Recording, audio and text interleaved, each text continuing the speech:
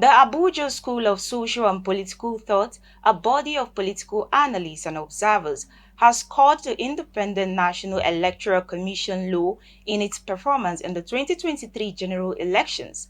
Speaking at the presentation of explanatory notes on the 2023 election on Thursday in Abuja, the group noted that Inec's failure to effectively carry out the electronic transmission of results and fully follow the provisions of the Electoral Act as amended undermined the integrity of the elections. Clearview's Gloria Atta was there and now tells us more. The February 25th presidential and National Assembly elections and the March 18 gubernatorial and state houses of assembly elections, which were held in 28 states of the Federation, have been described as one of Nigeria's most historic elections, as it was the first general election to be conducted in the country since the signing of the 2022 Electoral Act, and expectations were high across quarters for the electoral umpire, the Independent National Electoral Commission (Inec) to deliver a free, fair and credible election to Nigerians. Following the polls, there have been a series of reports by relevant stakeholders nationally and internationally assessing the performance of the electoral body. According to the Executive Director, Abuja School of Social and Political Thought, Dr. Sam Amadi, at the launch and presentation of a report titled Elections Without Democracy, Explanatory Notes in the 2023 Election, Nigeria's electoral umpire INEC helped rig the 2023 elections for the incumbent political party by collapsing the electronic transmission of the results. The Electoral Act says there will be a national electoral register that everybody can access every day. So if INEC has done its job and all the results are uploaded, we don't need to quarrel. We simply go there and cross-check. What is this esoteric nature of our votes that somebody will not real time send that into a public display portal so that everybody can see and cross-check? That was how I say it here, and that's Abuja School position. The parties didn't rig election.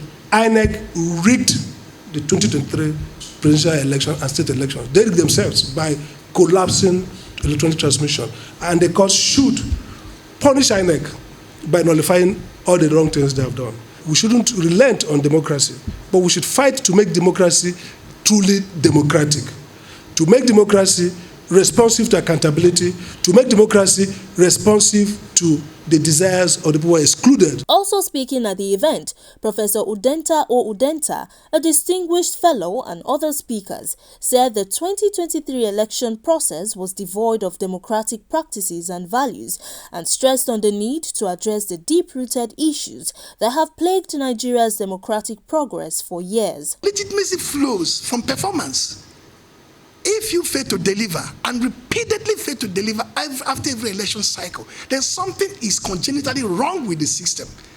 That's it, begin to lack legitimacy. So the kind of election that this document, this report has investigated is a kind of election that will produce democracy without legitimacy, that ultimately may be toppled by the people seeking self-help.